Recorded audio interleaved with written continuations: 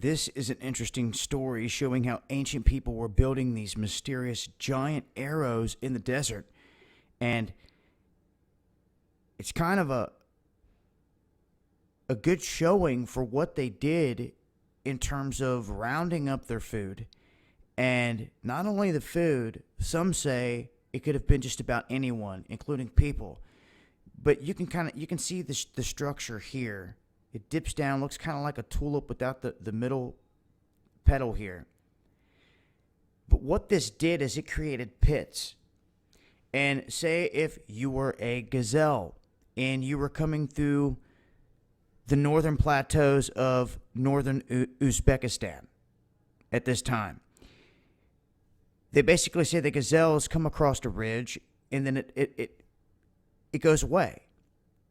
It's kind of like a trick on the mind. And they did this on the animals of all types of sorts, making them come to the next ridge, and then they will follow the ridge, and then they would follow the ridge, thinking that somewhere along the lines it's going to open back up like the other one did, and they can move. But what they're doing is they are routing all of these animals down to a ditch. And once they get down to this ditch or this pit, they're done. This is where they're caught. This is where they're rounded up and they're slaughtered. Something to keep in mind, and this stretches all across the Middle East to Central Asia. And they said that they built these over a long period of time, from 8,000 years ago up to 2,500 years ago. So that whole window, they spent this time across large swaths of land building these. And you really can't tell what they are or even make out anything from the ground. A lot of them look like normal ridges and ditches because they're so old at this point.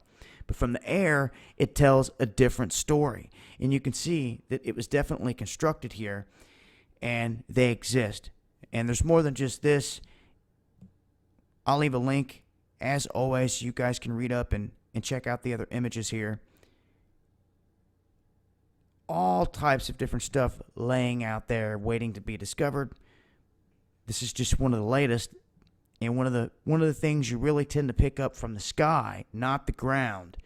You can only be in the sky for a matter of minutes and be able to start seeing things rather than being on the ground for years and never realizing what's sitting right there. I'll leave a link in the description box, and until next time, this has been Dabu7.